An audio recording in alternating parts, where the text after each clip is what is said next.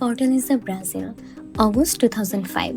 সোমবার সকালে ব্যাংকের কর্মীরা যখন কাজে ঢুকলো, প্রথমে অস্বাভাবিক কিছুই মনে হয়নি। ব্যাংকের দরজা ঠিকঠাক, সিকিউরিটি সিস্টেমও স্বাভাবিক, কোনো ভাঙচুর নেই, কেউ যেন রাতের অন্ধকারে এসে ব্যাংক লুট করে গিয়েছে এমন কোনো চিহ্নও নেই। কিন্তু কয়েক মিনিট পর তারা যখন ভল্টের কাছে গেল, তখন তারা বুঝতে পারল ব্যাংকের ভেতর থেকে কেউ টাকা চুরি করেনি, কারণ টাকার ঘর পর্যন্ত পৌঁছানোর জন্য দরজা ব্যবহার করেনি। মাটির নিচ থেকে এসেছিল একটি পথ, একটি টানেল, আর সেই টানেল দিয়ে ব্যাংকের ভেতর থেকে উধাও হয়ে গিয়েছে 3.5 টন ব্রাজিলিয়ান কারেন্সি। আজকের হিসাবে যার মূল্য কয়েক মিলিয়ন ডলারের সমান। কিন্তু আশ্চর্যের ব্যাপার হলো চুরি হওয়া নয়, আশ্চর্যের ব্যাপার হলো এই ডাকাতির জন্য ডাকাতরা কয়েক ঘন্টা নয়, কয়েক মাস ধরে মাটির নিচে কাজ করছিল। আর এতদিন ধরে ব্যাংকের ঠিক পাশে কিছু মানুষ একটি বাড়ি ভাড়া নিয়েছিল। বাইরে থেকে দেখলে তারা ছিল একেবারে সাধারণ ব্যবসায়ী, কেউ সন্দেহ করেনি।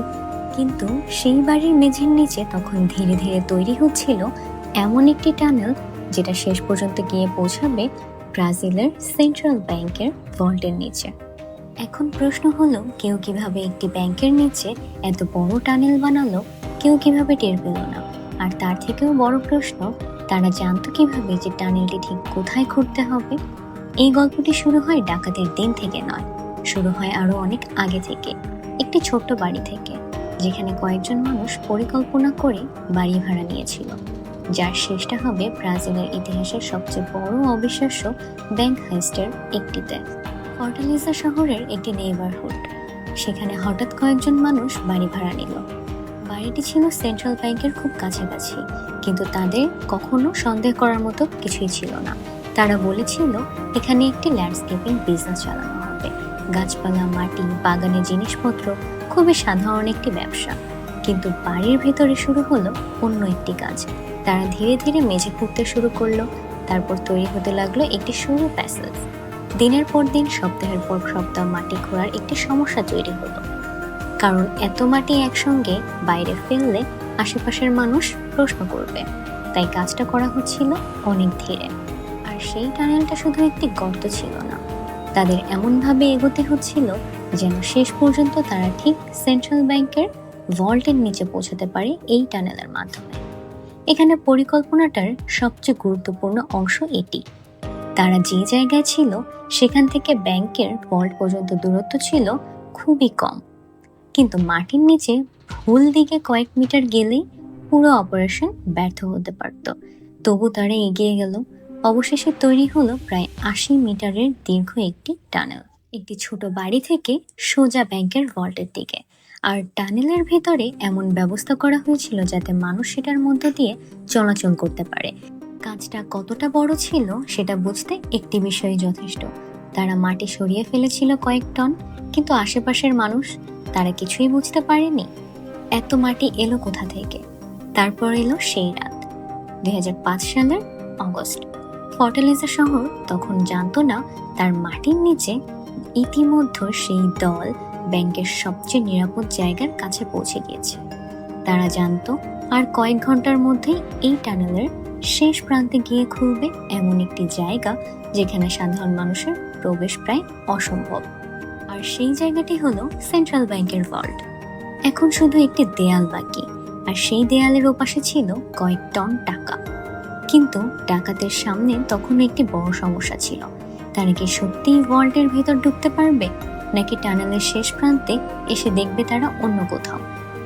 তাদের মাথার ঠিক উপরে ছিল ব্রাজিলের সেন্ট্রাল ব্যাংকের ভল্ট। এতদিনের পরিশ্রম এখন নির্ভর করছিল একটি শেষ বাধার উপর, একটি শক্ত ফ্লোর, আর তার ওপাশে টাকা। কিন্তু এখানেই পরিকল্পনাটা সবচেয়ে ঝুঁকিপূর্ণ হয়ে উঠল, কারণ এতদিন তারা মাটির নিচে কাজ করেছে, যেখানে বাইরে থেকে কেউ তাদের দেখতে পাচ্ছিল না। এখন তাদের কাজ করতে হবে ঠিক ভল্টের নিচে। একটি ভুল শব্দ, একটি কম্পন, অথবা কোনো সিকিউরিটি সিস্টেমের সক্রিয় হয়ে গেলে পুরো অপারেশন শেষ। কিন্তু তারা থামেনি, তারা ধীরে ধীরে সেই টানেলের মধ্য থেকে প্রবেশ করলো। তারপর একটি ছোট ওপেনিং, আর সেই ওপেনিং এর ওপাশে ছিল ব্যাংকের ভল্ট। তারা ভেতরে ঢুকলো। সামনে ছিল ব্রাজিলিয়ান কারেন্সির বিশাল স্তূপ। কিন্তু এখানে একটি অদ্ভুত বিষয় ছিল, টাকাগুলো কোনো ছোট বাক্সে রাখা ছিল না, ছিল বিপুল পরিমাণের ক্যাশ নোটস। তাই ডাকাতরা যতটা পারলো টাকা সংগ্রহ করতে শুরু করলো। একটা একটা করে নয়, তারা ব্যাগে ভরতে লাগলো, তারপর আরো ব্যাগ, আরো টাকা। শেষ পর্যন্ত তারা প্রায় 168.7 মিলিয়ন ব্রাজিলিয়ান কারেন্সি নিয়ে টানেলের দিকে ফিরে গেল। ওজন প্রায় 3.5 টন। ভাবুন একবার, একটা সাধারণ গাড়িতে কয়েকটা ব্যাগ নিয়ে টাকা নিয়ে পালানো নয়, তাদের সামনে ছিল কয়েক টন নগদ টাকা। সেই টানেল দিয়ে বাইরে নিয়ে যেতে হবে, তারপর বাড়ি থেকে বের করে শহরের মধ্যে অদৃশ্য হয়ে যেতে হবে। তবুও তারা সেটা করলো। এবং সবচেয়ে অবিশ্বাস্য বিষয় হলো, ব্যাংকের কেউ তখনও কিছু জানতো না। পরের দিন সকালে কর্মীরা কাজে এসে সবকিছু স্বাভাবিকভাবেই শুরু করেছিল। তারপর কয়েকজন ভল্টের দিকে গেল, দরজা খুললো, আর কয়েক সেকেন্ডের মধ্যেই সে বুঝতে পারলো কিছু একটা ভয়ঙ্করভাবে ভুল হয়েছে। কারণ সেখানে কোটি কোটি টাকার ক্যাশ থাকার কথা। সেখানে ছিল একটি বিশাল ফাঁকা জায়গা, কিন্তু ব্যাংকের দরজা ভাঙেনি কেউ। কেউ সিকিউরিটি গার্ডকেও আক্রমণ করেনি, কেউ অ্যালার্ম বাজায়নি, কিন্তু ব্যাংক থেকে উধাও এত এত টাকা। এবার শুরু হলো তদন্ত। আর তদন্তকারীরা তখন প্রথমেই ঘটনাস্থল পরীক্ষা করলো, এবং তারা একটি জিনিস দেখতে পেল যে পুরো ঘটনাটাকে অবিশ্বাস্য করে তুলেছে ব্যাংকের ভেতর থেকে বের হওয়া একটি টানেল। এখন প্রশ্ন একটাই, এই টানেল কে বানিয়েছিল? আর তারা নিখুঁতভাবে তারা ব্যাংকের ভল্টের কাছে পৌঁছালো কিভাবে? তদন্তকারীরা টানেলটাকে অনুসরণ করতে করতে মেইন জায়গায় পৌঁছালো। তখন তারা দেখলো একটি সরু অন্ধকার প্যাসেজ, দেওয়ালে বিদ্যুতের তার, ভেতরে বাতাস চলাচলের ব্যবস্থা, আর মাটির উপর এমন চিহ্ন যা কোনো রাতারাতি তৈরি করা গর্ত নয়। কেউ অনেকদিন ধরে এখানে কাজ করছে। প্রায় 80 মিটার পথ পেরিয়ে টানেল গিয়ে উঠলো একটি বাড়ির নিচে। আর তখনই তদন্তকারীরা বুঝতে পারলো ডাকাতরা ব্যাংক থেকে পালানোর জন্য কোনো গাড়ি ব্যবহার করে টানেলের মুখে অপেক্ষা করেনি। তারা প্রথমে ফিরে গিয়েছিল সেই বাড়িতে, তারপর সেখান থেকে বেরিয়ে গিয়েছে, এবং একটি একটি ছিল সাধারণ পরিকল্পনা। কিন্তু ভেতরে পাওয়া গেল এমন কিছু জিনিস যা তদন্তকারীদের কাছে পুরো পরিকল্পনার ছবি পরিষ্কার হতে শুরু করলো। টানেল তৈরির সরঞ্জাম, মাটির নিচে মাটি সরানোর চিহ্ন, বিদ্যুতের ব্যবস্থা, আর সবচেয়ে গুরুত্বপূর্ণ বিষয়, এই বাড়িটি খুব বেশি দিন আগে ভাড়া নেওয়া হয়নি। অর্থাৎ ডাকাতরা শুধু ব্যাংকটাকে লক্ষ্য করেনি, তারা আগে থেকেই পুরো জায়গা পর্যবেক্ষণ করেছিল। তারা কোথা থেকে টানেল শুরু করলে সবচেয়ে সুবিধা হবে সেটিও হিসাব করে রেখেছিল। কিন্তু তদন্তকারীদের সামনে তখন একটি বড় প্রশ্ন, তারা এত বিশাল টানেল বানানোর সময় এত মানুষ কাজ করলো কিভাবে, অথচ কেউ কিছু টের পেল না? কারণ একটি টানেল বানানোর সময় শুধু মাটি খোঁড়া নয়, প্রতিদিন বিপুল পরিমাণ মাটি বেরও করতে হবে, সরঞ্জাম আনতে হবে, বিদ্যুৎ দিতে হবে, মানুষকে ভেতরে কাজ করাতে হবে। আর সবকিছু করতে হলে এমনভাবে করা উচিত যেন প্রতিবেশীরা সন্দেহ না করে। তারপরও পুরো মাস ধরে তারা অপারেশন চলেছে। কিভাবে? এবার তদন্তকারীরা বাড়ির আশেপাশের মানুষদের জিজ্ঞাসাবাদ শুরু করলো। তাদের কেউ বলল কিছু অস্বাভাবিক দেখেনি, কেউ বলল বাড়ি মাঝে মাঝে লোকজন আসতো, কিন্তু কেউই বুঝতে পারেনি। আর ঠিক এখান থেকে শুরু হলো নতুন তদন্তের মোড়। কারণ ডাকাতরা শুধু টাকা নিয়ে পালায়নি, তারা একটি বিশাল ভুলও করে গিয়েছিল। তারা টাকা নিয়ে যাওয়ার সময় কিছু প্রমাণ রেখে গিয়েছিল, আর সেই প্রমাণ ধরেই পুলিশ পৌঁছাতে শুরু করবে সন্দেহভাজনদের কাছে। কিন্তু তারা এত বিশাল অঙ্কের টাকা নিয়ে পালানোর পর ডাকাতদের কি হয়েছিল? তদন্তকারীরা এবার বুঝতে পারলো এটা শুধু একটি ব্যাংক রবারি নয়, এটা ছিল অনেক মানুষের অংশগ্রহণের করে একটি বিশাল অপারেশন। আর ডাকাতদের সবচেয়ে সমস্যা ছিল টাকা। এত বিপুল পরিমাণ ক্যাশ লুকিয়ে রাখা সহজ নয়, আর খরচ করাও সহজ নয়। কারণ হঠাৎ করে কেউ যদি বিপুল পরিমাণ টাকা নিয়ে বাজারে নামতে শুরু করে, তখন সেটি নজরে পড়বেই। আর ঠিক সেটি ঘটতে শুরু করলো। ডাকাতির ঠিক পরের দিনগুলোতে তদন্তকারীরা সন্দেহভাজকভাবে বড় অঙ্কের টাকা খরচের ঘটনা ঘটতে শুরু করলো। একদিকে পুলিশ টানেলের সঙ্গে জড়িত মানুষদের খুঁজছে, অন্যদিকে ডাকাতদের হাতে থাকা টাকা ধীরে ধীরে শহরের বিভিন্ন জায়গায় ছড়িয়ে পড়ছে। কেউ গাড়ি কিনছে, কেউ ব্যবসায় বিনিয়োগ করছে, আর আবার কেউ টাকা মানুষের হাতে তুলে দিচ্ছে। কিন্তু এত বড় অপারেশনের একটি দুর্বলতা ছিল, যত বেশি টাকা মানুষ সম্পর্কে জানবে, তত বেশি মানুষের কাছ থেকে তথ্য বের হওয়ার সম্ভাবনা থাকবে, আর সেটি তদন্তকারীদের কাজে লাগবে। এক পর্যায়ে পুলিশ কয়েকজন সন্দেহভাজকের কাছে পৌঁছাতে শুরু করলো। গ্রেফতার করা হলো কয়েকজনকে, উদ্ধার করা হলো কিছু টাকা, কিন্তু পুরো 168.7 মিলিয়ন না। তার কাছে বিশাল একটা অঙ্ক তখনও নিখোঁজ। আর এখান থেকে গল্পটি আরো অদ্ভুত হয়ে গেল, কারণ ডাকাতির সঙ্গে জড়িত কয়েকজন মানুষ গ্রেফতার হওয়ার পরেও চুরি হয়ে যাওয়া একটা বড় অংশের টাকা এখনো ফিরে পাওয়া যায়নি। তার মানে কেউ কি সেই টাকা লুকিয়ে ফেলেছিল, নাকি সে দেশ ছেড়ে পালিয়ে গিয়েছিল? আর কেউ হয়তো এমনভাবে টাকা সরিয়ে ফেলেছিল যার কোনো হিসাব তদন্তকারীদের কাছেও কখনো পৌঁছায়নি। কিন্তু তদন্তের সবচেয়ে বড় সাফল্য তখনও বাকি ছিল। পুলিশ ধীরে ধীরে অপারেশনের সঙ্গে জড়িত থাকা মানুষদের শনাক্ত করছিল, আর তাদের মধ্যে এমন কোনো মানুষও ছিল যাদের সঙ্গে এই ধরনের কোনো অপরাধের পূর্ব পরিচয় ছিল না। একটি সাধারণ বাড়ি, একটি অদ্ভুত ব্যবসার আড়াল, মাটির নিচে 80 মিটারের টানেল, আর তার শেষে ব্রাজিলের সেন্ট্রাল ব্যাংকের ভল্ট। সবকিছু যেন একটি সিনেমার গল্প, কিন্তু একটি সিনেমা ছিল না, এটি ছিল সত্যি। আর কয়েক মাসের মধ্যে এই হাইস্টের সঙ্গে জড়িত থাকা গুরুত্বপূর্ণ ব্যক্তি এমন একটি সিদ্ধান্ত নেবে যা পুরো ইনভেস্টিগেশনকে আরো ভয়ঙ্কর দিকে নিয়ে যাবে। কারণ ডাকাতির পর সবাই টাকা নিয়ে পালাতে পারেনি। কেউ কেউ টাকা হারিয়েছে, কেউ জেলে গিয়েছে, আবার কেউ চিরতরে হারিয়েও গিয়েছে। ডাকাতির কয়েক মাত্র দিন পার হয়েছে, কিন্তু তদন্তকারীদের হাতে তখন একটি গুরুত্বপূর্ণ তথ্য চলে এসেছে। ডাকাতেরা যে টাকা নিয়ে পালিয়েছিল তার সবটাই একসঙ্গে কোথাও লুকিয়ে রাখা হয়নি। টাকাগুলো ভাগ হয়ে গিয়েছিল। কেউ নিয়ে গিয়েছে অন্য শহরে, কেউ গাড়িতে করে সরানোর চেষ্টা করেছে, আবার কেউ টাকা লুকিয়ে রেখেছে এমন জায়গায় যেখানে পুলিশ হয়তো সহজে খুঁজে পাবে না। কিন্তু একটি সমস্যা ছিল, 168.8 মিলিয়ন রিয়াল, প্রায় 3.5 টন নগদ টাকা, এত টাকা পুরোপুরি অদৃশ্য করে ফেলা এতটা সহজ নয়। ডাকাতির এক সপ্তাহ পার হয়নি, পুলিশ একটি গাড়ির চালান পরীক্ষা করে প্রায় 6 মিলিয়ন রিয়াল উদ্ধার করলো। টাকাগুলো গাড়ির মধ্যেই লুকানো ছিল। আর তারপর সেপ্টেম্বরের শেষের দিকে ফর্টালেজার একটি বাড়ির থেকে উদ্ধার হলো আরো 12.3 মিলিয়ন রিয়াল। অর্থাৎ ডাকাতদের পরিকল্পনা যত নিখুঁতই হোক, টাকা সরানোর সময় তারা ভুল করতে শুরু করেছিল। আর তদন্তকারীরা ধীরে ধীরে মানুষগুলোর কাছে পৌঁছাতে শুরু করলো। একজন, তারপর অন্যজন, তারপর আরেকজন। 2005 সালের নভেম্বরের মধ্যে ফেডারেল পুলিশ আরো কয়েকজনকে গ্রেফতার করলো। তার মধ্যে 3 জনের বিরুদ্ধে অভিযোগ ছিল তারাই টানেল খুলতে বেশি জড়িত ছিল। তদন্তকারীরা আরো একটি অদ্ভুত বিষয় খুঁজে পেল। এক সন্দেহভাজন এমন একটি পুরনো কোম্পানির ব্যাংক অ্যাকাউন্ট ব্যবহার করে টাকা জমা দিচ্ছিল যেটার দীর্ঘদিনের কোনো কার্যক্রম ছিল না। সেটি তদন্তকারীদের নজরে আসে, আর সেই সূত্র ধরেই পুলিশ তার কাছে পৌঁছে যায়। এখন ছবিটা পরিষ্কার হতে শুরু করলো। এটা কোনো ছোট দলের হঠাৎ করে ডাকাতি ছিল না, এখানে ছিল দীর্ঘদিনের পরিকল্পনা, লোকজন, টাকা সরানোর আলাদা আলাদা ব্যবস্থা, আর ছিল এমন মানুষ যারা টানেল ব্যবহারের কাজটা জানতো এবং টানেল বানানোর কাজটিও জানতো। কিন্তু পুলিশ যতই এগোচ্ছিল একটি প্রশ্ন ততই বাড়ছিল, 168.8 মিলিয়ন রিয়ালের মধ্যে বাকি টাকা কোথায়?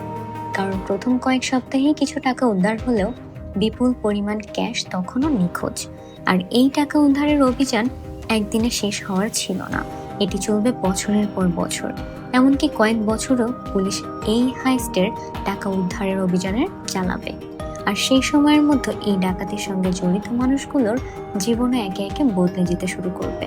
কারো জায়গা হবে জেলে, কারো বিরুদ্ধে উঠবে নতুন অভিযোগ, আর কারো হারিয়ে যাবে এই বিপুল অর্থের রহস্যের টাকার মধ্যে। কিন্তু তদন্তকারীদের সবচেয়ে বড় সাফল্য তখনও আসেনি, কারণ তাদের হাতে এবার এমন তথ্য আসতে শুরু করেছে যে তথ্য থেকে বোঝা যাবে এই পুরো অপারেশনের পেছনে আসলে কারা মেইন ছিল। টাকা উদ্ধার করতে গিয়ে পুলিশ একটা বিষয় বুঝতে পারল, নোটগুলোই তাদের সবচেয়ে বড় ক্লু। কারণ সেই ব্রাজিলিয়ান রিয়েলের কোনো নোটগুলো সাধারণ নোট ছিল না, এগুলো ছিল নতুন নোটের বড় ব্যাচ, যেগুলোর সিরিয়াল নাম্বার ছিল ব্যাংক সেগুলো শনাক্ত করতে পারত। অর্থাৎ ডাকাতরা যত বেশি টাকা খরচ করবে তত বেশি প্রমাণ রেখে যাবে। আর ঠিক সেটি হতে শুরু করলো। কেউ নতুন গাড়ি কিনলো, কেউ ব্যবসা শুরু করলো, আবার কেউ বিপুল অঙ্কের ক্যাশ অন্যের হাতে তুলে দিল। তদন্তকারীরা এই লেনদেনগুলোর পেছনে থাকা মানুষজনকে একে একে অনুসরণ করতে লাগলো। এরই মধ্যে ফেডারেল পুলিশ বুঝতে পারলো তাদের এই অপারেশনের সঙ্গে জড়িত থাকা মানুষের সংখ্যা প্রথমে যতটা মনে হয়েছিল তার থেকে অনেক বেশি। কেউ টানেল তৈরির সঙ্গে যুক্ত, কেউ বাড়ি ভাড়া নেওয়ার সঙ্গে যুক্ত, কেউ টাকার পরিবহনের সঙ্গে যুক্ত, আবার কেউ ডাকাতিদের সেই টাকা লুকানো বা সরানোর কাজের সঙ্গে। একটি বিশাল নেটওয়ার্ক তৈরি হয়ে গিয়েছিল। কিন্তু নেটওয়ার্ক যত বড়ই হোক ততই জায়গা ভুল। অবশেষে পুলিশ এমন কিছু ব্যক্তিকে গ্রেফতার করতে সক্ষম হয় যাদের বিরুদ্ধে ডাকাতির পরিকল্পনা ও এর সাথে জড়িত থাকার অভিযোগ ওঠে। কিন্তু এখানে একটি সমস্যা ছিল, গ্রেফতার মানেই টাকা উদ্ধার নয়, কারণ চুরি হওয়া অর্থের একটি বড় অংশ ইতিমধ্যে হাত বদল হয়ে গিয়েছে।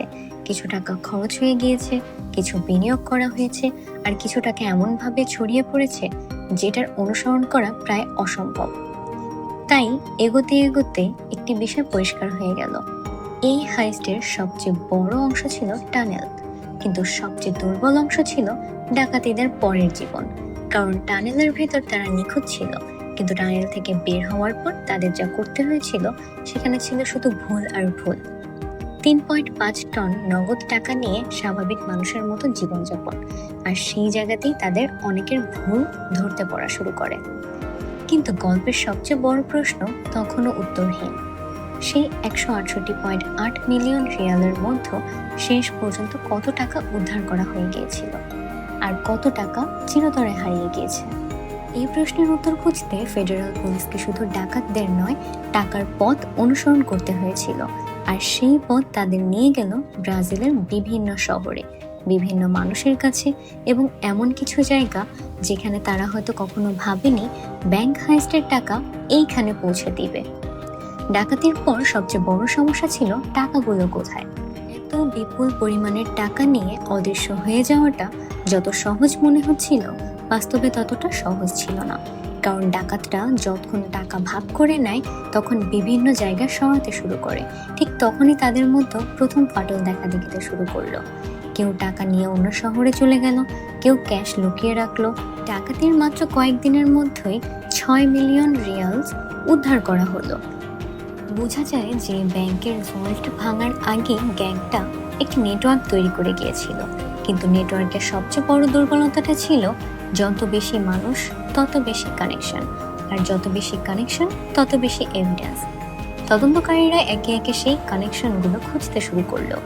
এতদিনে মাত্র কয়েক মিলিয়ন উদ্ধার করা হয়েছে, কিন্তু এত বিশাল একটা অংশ আদৌ কি ফিরে আসবে? আর তদন্ত যত এগোতে লাগলো, একটি বিষয় তত পরিষ্কার হতে লাগলো। হাইস্টের সবচেয়ে বড় রহস্য আর টানেল নয়, রহস্য হলো চুরি করা সেই বিপুল টাকাটি শেষ পর্যন্ত কোথায় গেল। আর এই তদন্ত খুঁজতে গিয়ে ফেডারেল পুলিশ নতুন একটি নেটওয়ার্কের সন্ধান পেল, যেটা শুধু ডাকাতির মধ্যে সীমাবদ্ধ ছিল না। তদন্তের পরবর্তী বছরগুলোতে গ্রেফতারের সংখ্যা আরও বাড়তে থাকে। 2008 সালে তদন্ত আনুষ্ঠানিকভাবে শেষ হওয়ার সময় সর্বমোট 122 জনকে এই অপরাধের সঙ্গে জড়িত থাকার অভিযোগে গ্রেফতার করা হয়েছিল। কিন্তু তখনও টাকার পুরোপুরি হিসাব মেলেনি।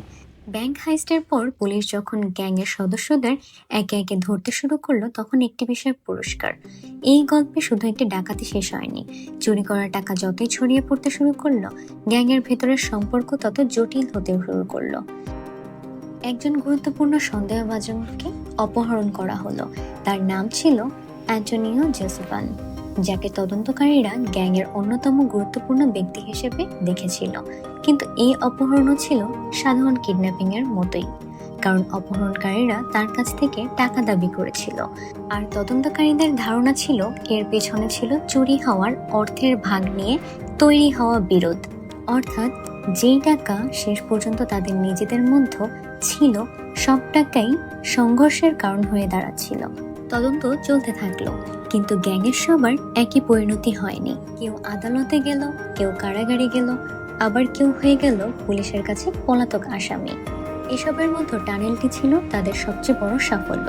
কিন্তু টাকা ভাগ করার পর শুরু হয়েছিল তাদের ভেতরে ব্যর্থতা। কারণ একটি ভল্ট থেকে কয়েক টন টাকা বের করা কঠিন, কিন্তু তার থেকেও কঠিন সেই টাকা নিয়ে বছরের পর বছর লুকিয়ে রাখা, পালিয়ে থাকা। এদিকে আদালতের প্রক্রিয়া শুরু হলো। বিভিন্ন অভিযুক্তদের বিরুদ্ধে আলাদা আলাদা মামলা চলতে লাগলো। কেউ পেল দীর্ঘ কারাদণ্ড, কেউ পেল তুলনামূলক কম শাস্তি, আবার কেউ প্রমাণের অভাবে মুক্তিও পেল। কিন্তু পুলিশের জন্য সবচেয়ে বড় প্রশ্ন থেকেই গেল, বাকি টাকা গেল কোথায়? কারণ যেই পরিমাণ টাকা ব্যাংক থেকে চুরি হয়েছিল তার তুলনায় উদ্ধার করা অর্থ ছিল খুবই কম। তার মানে ছিল একটি কোটি কোটি টাকা এখনো কোথায় আছে। এই কারণেই 2005 সালের সেই রাতের গল্পটি একটি সাকসেসফুল ব্যাংক রবারি নয়, এটি হয়ে গিয়েছে দীর্ঘ ইনভেস্টিগেশন, যেখানে টানেল পাওয়া গিয়েছিল, ব্যাংক ভল্ট পাওয়া গিয়েছিল, অনেক ডাকাত ধরা পড়েছিল, কিন্তু টাকার উদ্ধার হয়েছিল কিছু সংখ্যক। প্রায় 3 বছর ধরে তদন্ত চলতে থাকলো।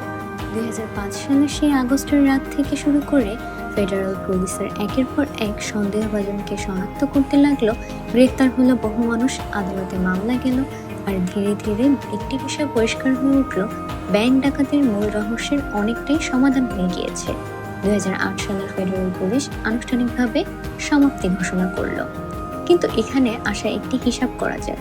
ব্যাংক থেকে চুরি হয়েছিল 168.8 মিলিয়ন টাকা, প্রায় 3.5 টন নগদ টাকা, কিন্তু তদন্ত শেষে পুলিশের হাতে পেয়েছিল মাত্র একটি অংশ, প্রায় 20 মিলিয়ন টাকার কাছাকাছি। অর্থাৎ চুরি হয়ে যাওয়া টাকার একটি বিশাল অংশ এখনো ফিরে আসেনি। এবং এখানে এই গল্পের সবচেয়ে অদ্ভুত জায়গা, পুলিশ ডাকাতদের খুঁজে পেয়েছে, টানেল খুঁজে পেয়েছে, ব্যাংক ভল্টের ঢোকার পথ খুঁজে পেয়েছে, চুরি করা টাকার কিছু অংশ উদ্ধার হলো, কিন্তু পুরো টাকাটি উদ্ধার করতে পারলো না। একটি সাধারণ শহরের একটি বাড়ির নিচ থেকে তৈরি হওয়া সেই টানেল, 80 মিটারের সেই পথ পৌঁছেছিল সেন্ট্রাল ব্যাংকের ভল্টের নিচে। কেউ গুলি চালায়নি, কেউ আহত হয়নি, কারো কোনো সমস্যা হয়নি, ব্যাংকের দরজা ভাঙা হয়নি, শুধু মাটির নিচ থেকে একটি পথ তৈরি করা হয়েছিল, আর সেই পথ দিয়ে কয়েক টন টাকা অদৃশ্য হয়ে গেল। আজ যখন সেই ঘটনার দিকে ফিরে তাকানো হয়, সবচেয়ে অবিশ্বাস্য ব্যাপারটি হয়তো টাকার পরিমাণও নয়, বরং কয়েক মাস ধরে একটি ব্যাংকের নিচে টানেল তৈরি হচ্ছিল, অথচ ব্যাংকের কেউ বুঝতেই পারেনি। একটি ছোট বাড়ি ছিল তাদের স্টার্টিং পয়েন্ট, একটি টানেল ছিল তাদের রাস্তা, আর একটি ভল্ট ছিল তাদের লক্ষ্য। পরিকল্পনাটি যত সফল হয়েছিল, কিন্তু তারপর মানুষগুলো একে একে পুলিশের হাতে ধরা পড়তে লাগলো, কেউ কারাগারে, কেউ মামলায়, কেউ আবার বিপুল পরিমাণ অর্থ নিয়ে পালিয়ে গেল। কিন্তু পরিকল্পনা যতই নিখুঁত হোক, তারপর সেই পরিকল্পনার ফল সামলানোই বড় কঠিন কাজ। একটি টানেলের গল্প শুরু হয়েছিল বাড়ির মেঝের নিচে, আর শেষ হলো একটি প্রশ্নের মধ্যে, বাকি টাকা কোথায়?